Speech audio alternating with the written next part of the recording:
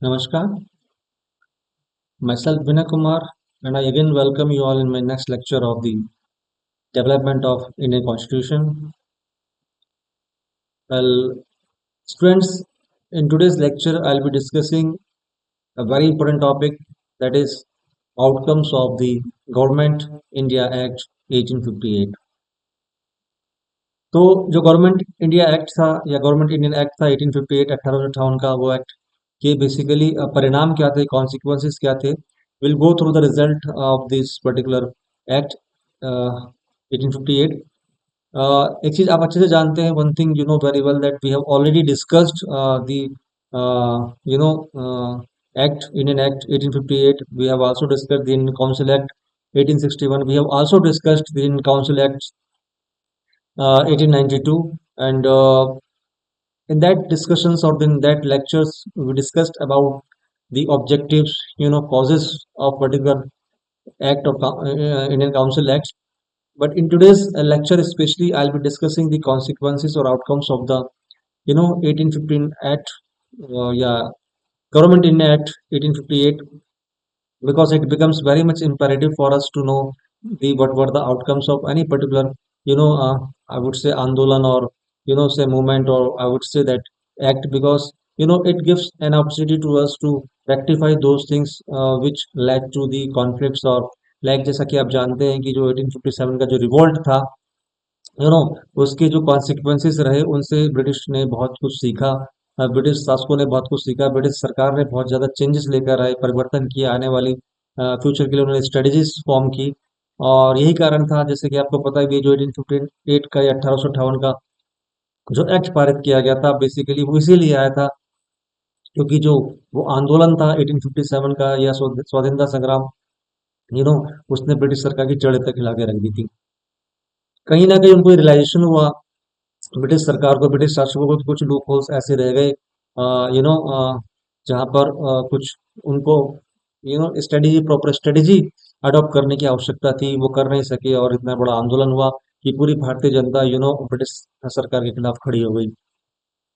Well, I have already briefed what was the 1857 revolt, because ये जो 1858 का act है, ये इंडियन एक्ट है, आपको मैं सीधी सी बात बताऊं, ये आया ही था 1857 की क्रांति के बाद, या 1858 की जो रिवोल्ट था उसके बाद आया था। तो सीधी सी बात है कि इस एक्ट के अंतर्गत ब्रिटिश सरकार ने बहुत सारे ऐसे मेजर चेंजेस किए थे, जो उनको लगता था कि आने वाले समय में फिर से ऐसी स्थिति, सोशल टर्माइल पैदा ना हो, और उनको बहुत बड़ी परेशानियों का सामना अगेन करना पड़े। तो कहीं ना कहीं वो इंडियन जो सिटीजन्स हैं, भारतीय जनता के बीच में ये फीलिंग डिसेमिनेट करना चाहते थे, इस तरह का रिलेशन कराना चाहते थे उन भारतीय जनता को कि हाँ, अब हम तुम्हारे साथ हैं, और कुछ हम ऐसे प्रोविजंस या कुछ ऐसी पॉलिसीज लेकर आए हैं कि जिसमें इंडियन रिप्रेजेंटेटिव का भी इन्वॉल्वमेंट होगा, और ये अपॉर्चुनिटी दी जाएगी भारतीय जनता को, इंडियंस को, कि वो अपने आप को भी रिप्रेजेंट कर सके ब्रिटिश सरकार में। हालांकि बहुत सारे इसमें मेजर चेंजेस हुए थे, या कॉन्सिक्वेंसेस भी हमें देखने को मिले थे, उसकी चर्चा मैं करूंगा आपसे। So again I would say that please allow me to start today session, which is on outcomes of the government India act 1858। 1858 की क्रांति, सॉरी 1857 क्रांति के बाद जो ये एक्ट आया था 1858 का, इसकी कॉन्सिक्वेंसेस क्या होती है, इसके बारे में हम चर्चा करेंगे। Please listen to me carefully, pay attention to my words. Also, please keep on, I would say, making notes where you think that contents are important for you for your examinations. ठीक है, I'll be explaining all the contents, all the headings in simple way. I'll explain each and everything in simple words. ठीक है, please listen to me carefully. So first, I'll go through these important lines which are mentioned over here. That the Indian Government Act of 1858, which is also known as the Government of India Act 1858. It was a significant piece of legislation uh, passed by the British Parliament. Okay, so please pay attention to my words. What did I say? कि ये जो 1858 का act था, या Indian government act था जो 1858 का, it is also known as the Government of India Act 1858, and it was a significant piece of legislation passed by the British Parliament. सीधी सी बात है, एक significant, एक important कह लीजिएगा, it was important part of the legislation, चाहे वो provincial level पर बात हो, चाहे वो सेंट्रल लेवल पर बात हो, विधान परिषद की बात करी जा रही है, उसके संदर्भ में एक मेजर स्टेप था and it was passed by the British Parliament.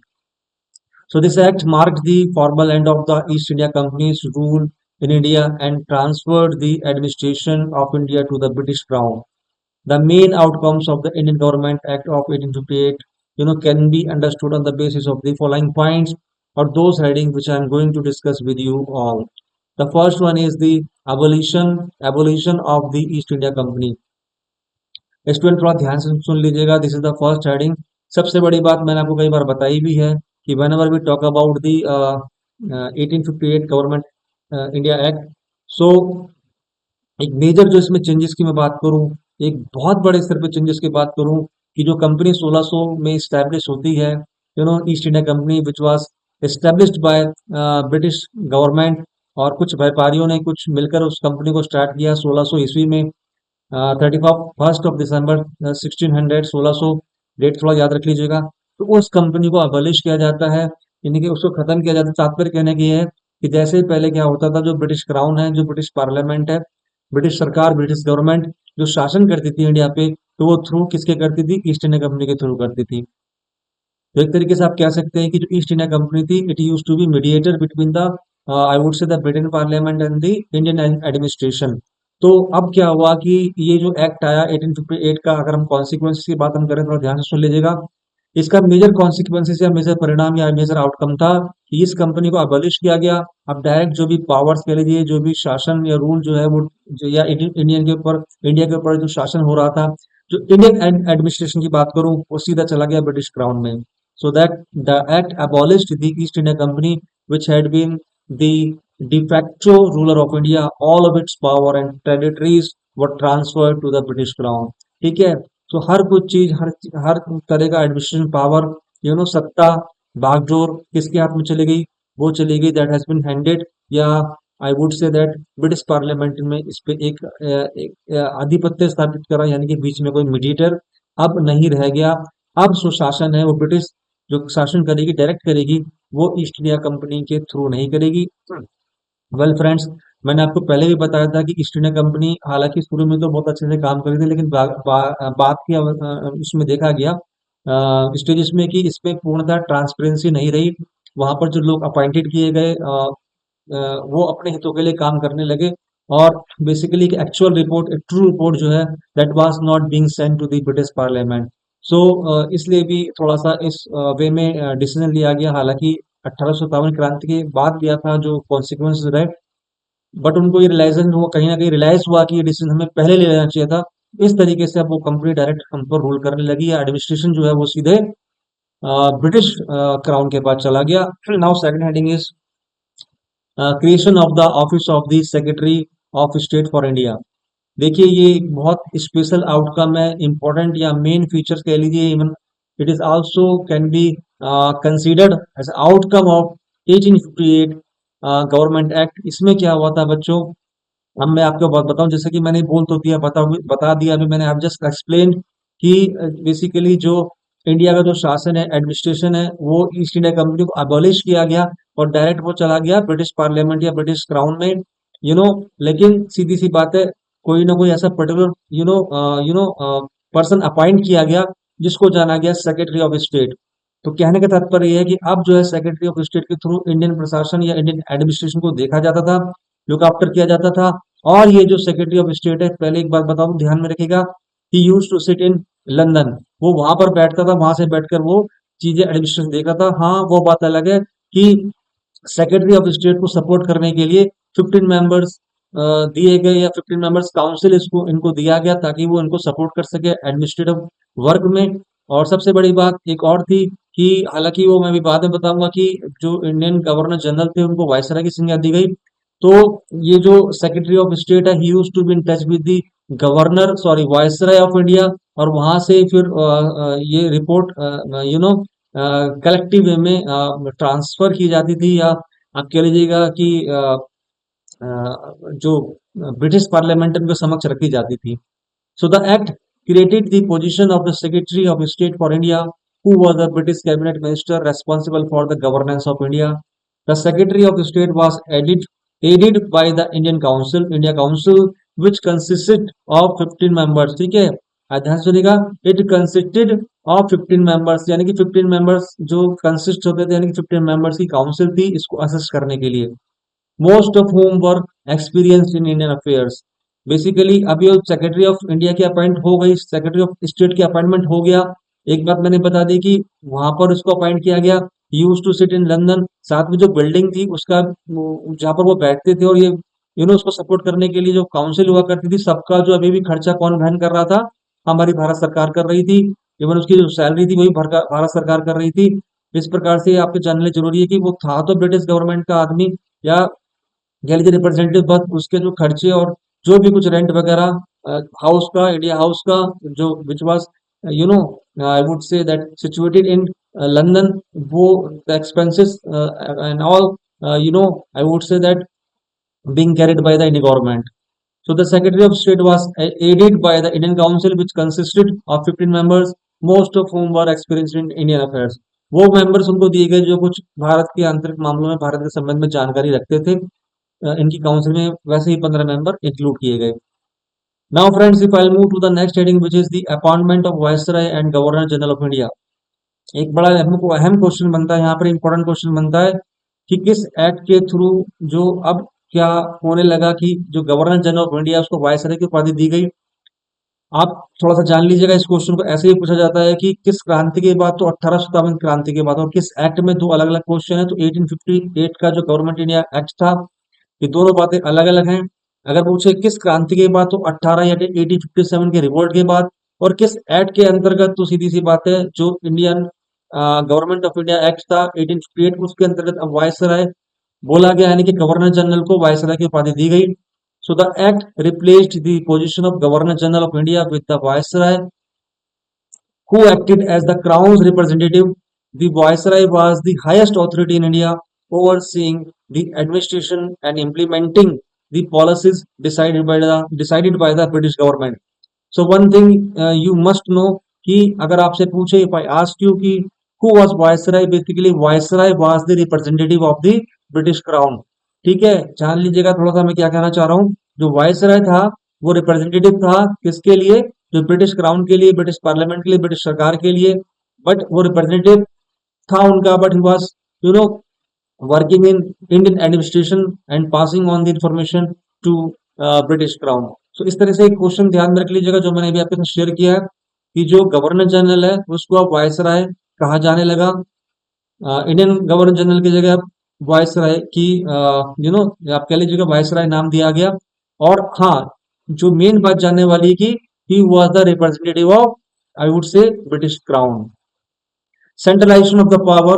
So the act centralized the administration of India under the British Crown, thereby streamlining governance and ensuring direct control from London. This was intended to bring more efficiency and accountability in the governance of India। सीधी सी बात है। अब जैसे मैं आपको मैंने बताया कि जो ईस्ट इंडिया कंपनी थी, विच वॉज स्टैब्लिश इन 1600, 1600 में जिसको स्टैब्लिश किया गया, बड़ा अच्छा काम कर रही थी। Because of some inevitable reason क्या करना पड़ा, उस कंपनी को एबलिश करना पड़ा। तो सीधी सी बात है, यहाँ पावर का, सत्ता का केंद्रीकरण किया गया, इनके सेंट्रलाइज किया गया।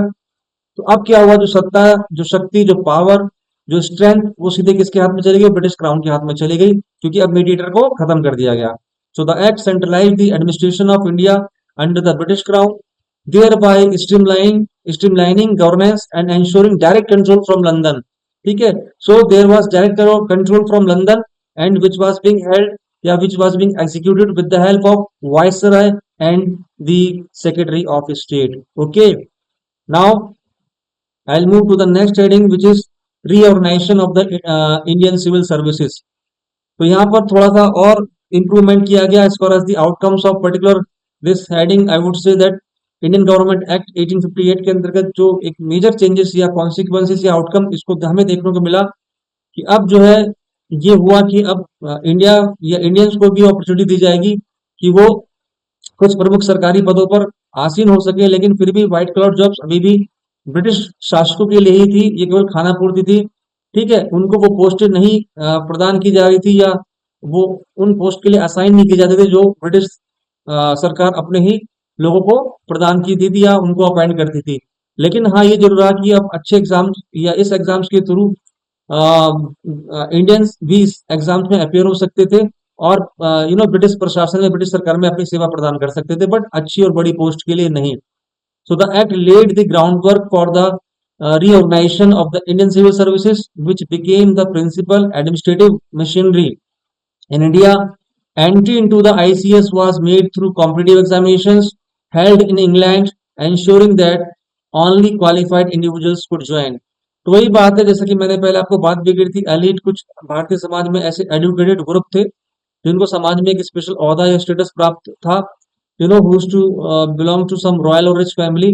तो basically since they were educated तो उनको ज्यादा अपॉर्चुनिटी दी गई, तो इस एग्जाम के थ्रू ब्रिटिश शासक में कुछ पद को वो संभालें, कुछ पद को कैरी करें और रेस्पॉन्सिबिलिटीज का निर्वहन करें। Now I will move to the next heading which is changes in military administration. So many changes have been made by the British government. आपको मैंने एक बात बहुत अच्छे से समझाई थी बच्चों कि जब 1857 का जो रिवोल्ट हुआ था, उस रिवोल्ट के अंतर्गत कहीं ना कहीं इनको लगा कि हमारी जो आर्मी है उसमें कुछ खामियां हैं। समझ गए?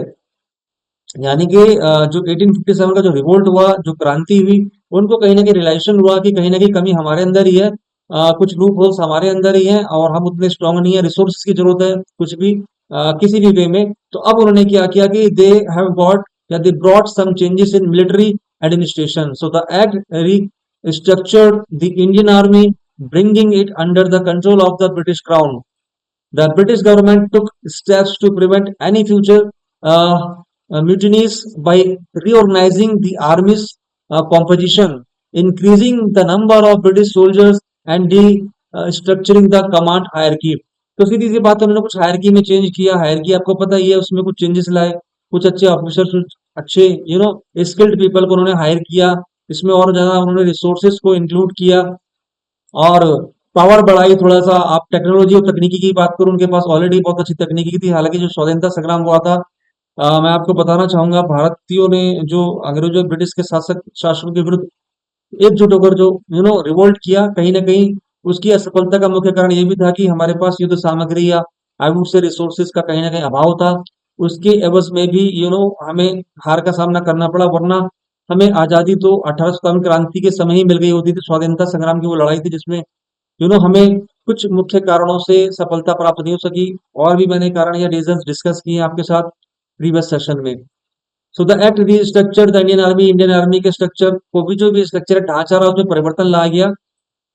और the British government took steps to prevent any future mutinies by reorganizing the army's composition। आगे कुछ ऐसी गलती ना हो, मिस्टेक्स ना हो, इस तरह की सिचुएशन, कॉन्फ्लिक्ट्स अराइज ना हो, सोशल टर्माइल ना हो, उन्हें परेशानी हसरत का सामना ना करने पड़े, इसलिए उन्होंने अपने मिलिट्री जो एडमिनिस्ट्रेशन था उसको एक्सपैंड किया, उसमें नंबर ऑफ सोल्जर्स बढ़ाए और एक स्ट्रक्चर किया, अपनी हायरकी को उसमें कुछ चेंजेस लेके आए। So this was also a major outcome as far as the Indian Government Act 1858 is concerned. Now I'll move to my next, I would say, heading, and I'll uh, explain in very simple word. I hope कि still or so far the concepts are very much clear for you people, and I'm explaining each and everything in a very simple word. ठीक है, मुझे नहीं लगता कि आपको कोई भी हेडिंग समझने में कोई दिक्कत हो रही होगी। बड़ी सिंपल वे में आपको एक हेडिंग डिस्क्राइब कर रहा हूँ। So please listen to me carefully. A promise of non-interference in religious and social outcomes. So एक बात आप जान लीजिए कि जब मैंने आपको 1857 क्रांति के बारे में बात करी थी, इवन जब मैंने आपको 1858 का जो इंडियन गवर्नमेंट एक्ट पढ़ाया था, तो मैंने आपको एक बड़े अच्छे से बात बताई थी कि जो 1857 की जो क्रांति रही, जो रिवोल्यूशन रहा, जो रिवोल्ट किया भारतीयों ने, उसका सबसे बड़ा मेजर एक कारण ये भी था कि जो ब्रिटिश थे उन्होंने उनकी धार्मिक आस्था को, उनके सोशल सामाजिक संस्कृति को ठेस पहुंचाई। अब जैसे बहुत सारी चीजें थी उस समय उस समाज में, अगर मैं बात करूं जैसे सती प्रथा या फिर विधवा पुनर्विवाह, मतलब ये है कि जैसे कि हालांकि मैं फिर वही चीज कहूंगा कि स्टूडेंट्स इस बात पे मत जाएगा, ये दो चीजें ऐसी थी जो भारतीय समाज के लिए बहुत ज्यादा अहम आवश्यक थी। हालांकि उस समय उस समाज में कुछ इस तरह से आप कह लीजिए कि लैक ऑफ प्रॉपर एजुकेशन और नॉलेज उनको ऐसे धार्मिक प्रवृत्तियों का या संस्कारों को फेवर करते थे, जो कि बिल्कुल गलत था। अब आप मुझे बताइएगा, किसी 10-12 साल की लड़की की शादी किसी 40-50 साल के बुढ़े से करा दी जाए, एज्ड पर्सन से करा दीजिए, तो कौन पहले एक्सपायर होगा? तो सीधी सी बात है, हस्बैंड। आप उसके लिए आप किसी एक लड़की को चिता पे बिठाते हैं जबरदस्ती, तो does it make any sense? और फिर उसको पूरी जिंदगी भर चीजें थी कि विधवा रखा जाना, ये भी एक कानून पारित हुआ था basically. Lord William Bentinck played a very important role, और हमारे यहाँ के राजा राम मोहन राय ने। तो इस तरीके से फिर अगर मैं वही चीज कहूँ कि एक विधवा जीवन जीना, 10 से 12 साल की एज होती ही क्या है, खेलने और खाने की, और थ्रू आउट द लाइफ उनको नरक में रहना पड़ता था। तो ये चीजें बहुत जरूरी थी, लेकिन उस समकालीन समय की बात कर रहा हूँ, टाइम की बात कर रहा हूँ, कंटेम्प्रेरी या ड्यूरिंग दैट पीरियड, की भारतीयों को ऐसा लगा होगा कि ब्रिटिश जो है उनकी धार्मिक आस्थाओं को ठेस पहुंचा रहे हैं, या जो उनके सांस्कृतिक मूल्य हैं, धार्मिक मूल्य हैं, उनको आद कर रहे हैं। तो अब उन्होंने ये डिसाइड किया, एक कॉन्सिक्वेंस की बात करूं, मेजर आउटकम्स अगर हम बात करें, कि भैया किसी भी इंडियंस की जो समाज, भारतीय समाज है, हम उनकी धार्मिक और सांस्कृतिक जो परंपराएं हैं या संस्कृति है, जो रीति रिवाज है, हम उससे छेड़छाड़ नहीं करेंगे। We will not get into their social customs और religious customs, I mean to say that. So the British government promised not to interfere with the religious and social customs of the Indian people. This was a response to some of the grievances that had led to the Indian rebellion of 1857, also known as the uh, Sepoy Mutiny. Now what these lines are trying to say, कि जो British government थी, promise किया, या कुछ कह लीजिए कि उन्होंने एक निश्चय लिया कि not to interfere with religious and social customs of the Indian people, कि जो भारतीय जनता है, जो भारत में निवास करने वाले लोग हैं, जो भारतीय लोग हैं, हम इनके किसी भी धार्मिक और सोशल परंपराओं में या सोशल कस्टम रीति रिवाजों में इंटरफेयर नहीं करेंगे। और ये बहुत बड़ा डिसीजन था, क्योंकि फिर वही चीज कर रहा हूँ, जो लाइन बाद में लिखी कि this was a response to some of the grievance that had led to the Indian Rebellion 1857। उनको लग रहा था कि 1857 क्रांति का जो रेबलियन था, जो क्रांति हुई, कहीं ना कहीं इसका बहुत बड़ा मेजर कॉज, रीजन ये था कि उन्होंने उनकी धार्मिक, सांस्कृतिक, सामाजिक कुछ परंपराओं को ठेस पहुंचाई। अब आउटकम अगर मैं बोलूं, कि उन्होंने ये प्रॉमिस किया कि भैया we will never get into their social और religious customs. Are you getting my point? Now I move to my next outcome, which is economic policies. The British government continued to develop infrastructures in India such as railways, telegraphs, and roads, but also implemented economic policies that were often exploitative and aimed at benefiting British economic interest। ये तो हो ही रहा था, इसमें कोई चौंकने वाली बात नहीं है, कोई surprise, do not get surprise. मैंने आपको पहले ही बताया था, जब ब्रिटिश इंडिया आए तो व्यापार करने की दृष्टि से आए, ठीक है। उन्होंने जहांगीर के दरबार में, बादशाह के दरबार में, जाकर ये अनुमति भी मांगी कि हमें तो यहाँ केवल व्यापार करने की आप अनुमति दे दीजिए। लेकिन बाद में जब वो यहाँ पर आए और यहाँ की आबो हवा से परिचित हुए, यहाँ पर देखा है तो इतने संसाधन है, और इन भारतीयों को बड़े अच्छे से बेवकूफ बनाया जा सकता है। कच्चा माल ले जाते, और मसालों का व्यापार तो बहुत होता था। वास्को डी गामा जब, आपको पता है, 1498 में, 1498 को केरल, कालीकट केरल में पहुंचा, तो जो वो अपने साथ यहाँ से लौटा, और इतने स्पाइसेस मसाले ले गया भर के अपने नाव में, कई कई नावें उसके साथ पहुंची पोर्तुगीज, और वो पहला ऐसा Portuguese, I would say that शासक था जो भारत पहुंचा था। और वहां से जो मसाले अपने साथ लेके उनको कई गुना दामों में बेचा। तो उन मसालों की खुशबू से पूरा यूरोपियन, या मैं कहूँ कि वास्को डी गामा ने उस मसाले की खुशबू पूरे यूरोप तक पहुंचाई, और तब ये ब्रिटिश भी आए, और उन्होंने हम पे रूल किया। और हालांकि उन्होंने जो अनुमति ली थी कि केवल बिजनेस या व्यवसाय की दृष्टि से ली थी, लेकिन बाद में उनकी मंशा थी कि हम यहाँ पर आजीवन रहे, और कभी हम लौटे नहीं, और इनका शोषण करते, रिसोर्सेज को अवेल करते रहे, एक्सप्लॉइट करते रहे। तो the British government continue to develop infrastructure, ठीक है, वो इंफ्रास्ट्रक्चर डेवलप कर रहे थे। आज भी आप देखते हो कुछ, आई वुड से दैट मॉन्यूमेंट्स आपको ऐसे मिलेंगे जो ब्रिटिश के द्वारा बनाई गई है। बहुत सारे रोड्स की बात हम करते हैं, रेलवे, टेलीग्राफ्स। हालांकि पता ही है आपको कि लॉर्ड डलहौजी के कार्यकाल में ही 1853 में पहली बार ट्रेन चलाई गई थी, और ट्रेन लॉर्ड डलहौजी को जाता है। इस तरीके से बहुत सारे उन्होंने कुछ डेवलपमेंट प्रोजेक्ट्स यहाँ पर लेकर आया किया।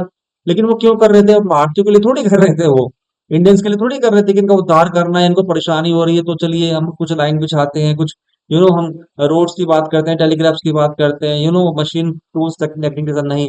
वो केवल इसलिए कर रहे थे ताकि उनको व्यापार करने में, अपनी स्ट्रेटेजीज को इम्प्लीमेंट करने में किसी भी तरह की कोई प्रॉब्लम ना हो। समझ गए आप? तो ठीक है, कुछ आर्थिक प्रगति, उन्नति तो हुई, बट फिर वही चीज कहूंगा, उसके पीछे इंटेंशन कहीं भी कदापि भी जो भारतीय जनता है उसके फेवर में नहीं थी। वो तो केवल अपने हित की बात कर रहे थे। Now I will move to the last outcome or last heading, which talks about the consequences of outcome of the Government Indian Act 1858, what does it say? The legal and judicial reforms. So there were so many legal and judicial reforms which have been, executed by the British government. So the act led to the implementation of a more uniform legal and judicial system across India, which included the establishment of high courts in major cities like Calcutta, Bombay, and Madras. थोड़ा सा फिर वही चीज कहूंगा कानूनी परिप्रेक्ष्य में कि जो एक्ट था 1858 का या जो लेकर आए थे इंडियन गवर्नमेंट 1858, थोड़ा सा लीगली एंड जुडिशियल रिफॉर्म्स के परिप्रेक्ष्य में बात करना चाह रहा है ये हेडिंग। उसमें बहुत सारे सुधार करे गए and this particular act led to the implementation of more uniform legal and judicial system across India. तो पूरे भारत में एक यूनिफॉर्मिटी लाए जहां तक हम उनके लीगल और जुडिशियल सिस्टम की बात करें। और आगे वो बोल भी रहे हैं कि these are the things which included the establishment of high courts, और मेजर सिटीज के नाम बता रहे हैं कैलकाटा, बॉम्बे एंड मद्रास। तो कहीं ना कहीं जिस तरीके से हमने आर्थिक उन्नति प्रगति की बात करी, हालांकि वो अपने फेवर में सारी चीजों को लेकर चलना चाह रहे थे, उसी तरह से लीगल एंड जुडिशियल रिफॉर्म्स हुए भारत के अंतर्गत और न्यायिक व्यवस्था में थोड़ा सुधार लाया गया और बहुत सारे high courts you know were included in places like Calcutta, Bombay, and Madras. So this was the about the legal and judicial reforms. Now I will conclude the entire heading. Sorry, yes, entire heading. The Indian Governance Act of 1858 was a turning point in Indian history. No doubt वो मैं आपको बता चुका हूँ, 1857 क्रांति के बाद एक टर्निंग पॉइंट था, क्योंकि उनको सबक मिला कि उनकी जो जड़ें हिल गई हैं स्वतंत्रता संग्राम से, ऐसी गलती दोबारा ना हो। तो बहुत सारे चेंजेस ऑफ पॉलिसीज में उन्होंने रिफॉर्म्स किया, परिवर्तन लेकर आए। तो no doubt it was a turning point for British government और भारतीय इतिहास में। Okay, as it marked the beginning of direct British colonial rule which lasted until India's independence in 1947। बच्चों, आप अच्छी तरह से बात जानते हैं कि ब्रिटिश सरकार ने हम पर लगभग 200 साल तक राज किया था, ठीक है, और वो आगे भी राज करना चाह रहे थे। उनकी मंशा तो यही थी। लेकिन फिर वही चीज कहूंगा कि ये जो ब्रिटिश रूल की अगर हम बात करें, इनके शासन की बात करें, तो कहीं भी इनका शासन इस तरीके, जैसे लॉर्ड मैकाले था, उसकी मंशा क्या थी कि भारतीयों को ज्ञान दिया जाए, अंग्रेजी की भाषा ज्ञान दिया जाए, लेकिन केवल अंग्रेजी का अर्थ बनाने हेतु। इस तरीके से हमने चाहे कितना भी डेवलपमेंट भारत में करा हो, कितनी भी प्रगति उन्नति की बात करी हो, चाहे फिर हमने देखा था अपने जो 1861 का एक्ट था, और यू नो 1892 का एक्ट था, उसमें जो प्रांतीय प्रोविंशियल लेवल पर सेंटर लेवल पर जो बेसिकली विस्तार किया गया लेजिस्लेटिव काउंसिल का, तो वो सब चीज वो कर रहे थे लोकल स्तर पर, या इंडियन से ये रिप्रेजेंटेटिव को अपने डिसीजन मेकिंग पावर में या उनको आमंत्रित कर रहे थे, उनको मेंबर बना रहे थे नॉन ऑफिशियल ग्रुप के अंतर्गत, उनको उन्होंने सम्मिलित किया था। ठीक है, तो ये जो सब चीजें थी, ये केवल इसलिए नहीं थी कि वो दिखाना चाह रहे थे कि हाँ, हम भारतीयों के साथ कंधे से कंधा मिलाकर चलना चाहते हैं। No, it was not like that at all. उनकी मंशा तो केवल हम पर राज करने की थी और भारत को यू नो एक ऐसी कंट्री बनाना जिसके आर्थिक या संसाधनों को शोषण किया जाए और अपनी राजनीतिक गोटियां सेका जाए। और तभी होता भी था कि वो बड़ी मात्रा में यहाँ से रॉ मटेरियल, जैसे फॉर एग्जाम्पल मैं आपको एक बड़े छोटे से एग्जाम्पल शेयर करना चाहूंगा। आपने लिप्टन चाय का नाम तो सुना होगा, है ना? बहुत स्ट्रॉन्ग चाय हुआ करती थी, बहुत फेमस पॉपुलर। आजकल तो लोग ताज वगैरह पीते हैं, ताजा पीते हैं। तो बेसिकली होता क्या था कि चाय के बागान उन्होंने यहाँ पर स्टैब्लिश किए, यहाँ पर उन्होंने फार्मिंग की, चाय का उत्पादन किया, और कच्ची चाय को यहाँ से ले जाते, ठीक है, भर भर कर बड़े बड़े बैग्स में, और वहां पर जाके बहुत जबरदस्त पैकेजिंग करते, क्योंकि मशीनरी आपको पता ही है कि मशीनरी टूल्स में तो बहुत ज्यादा एडवांस थे। 1600 में इंग्लैंड में औद्योगिक क्रांति हो चुकी थी। तो वहां पर अच्छी पैकेजिंग करके अच्छे आई वुड से कैंपेनिंग और प्रमोशंस एंड ऑल, और चीजों को थोड़ा सा क्रिएटिव बना के बहुत बड़े चढ़े दामों में बेचते थे, जो चाहे हमारे यहाँ से जा रही थी। इसी तरह सूती कपड़ों की बात ले लीजिए या मसालों की बात ले लीजिए, अच्छी पैकेजिंग करके वो कई गुना दामों में बेचते और उनका प्रॉफिट वो ब्रिटिश सरकार तक रह जाता, वहीं इंग्लैंड में रह जाता। हमें तो उसका कुछ भी हमें उसका कुछ बेनिफिट हुआ होता ही नहीं था। तो किस तरीके से उन्होंने भारत की हर चीज का, इवन अगर मैं ह्यूमन रिसोर्स की बात करूं या फिर मैं नेचुरल रिसोर्सेज की बात करूं, उन्होंने बहुत ज्यादा एक्सप्लॉइट किया। Though the act aimed to stabilize and streamline the administration of India following the upheaval of the 1857 rebellion, but it also laid the foundation for the systematic exploitation and control that characterized the British Raj।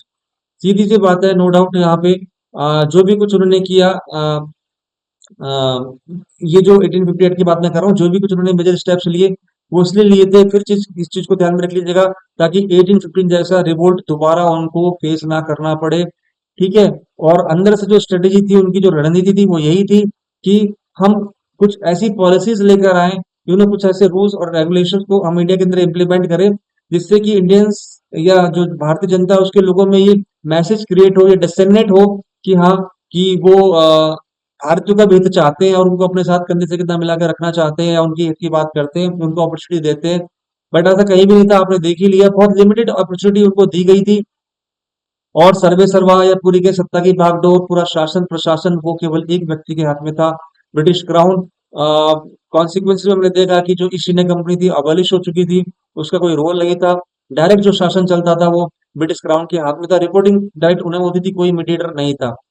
So this way we have gone through, I would say that many important headings which talks about the outcomes or consequences of the Government of India 1858 Acts, and I hope the session would have been very much informative.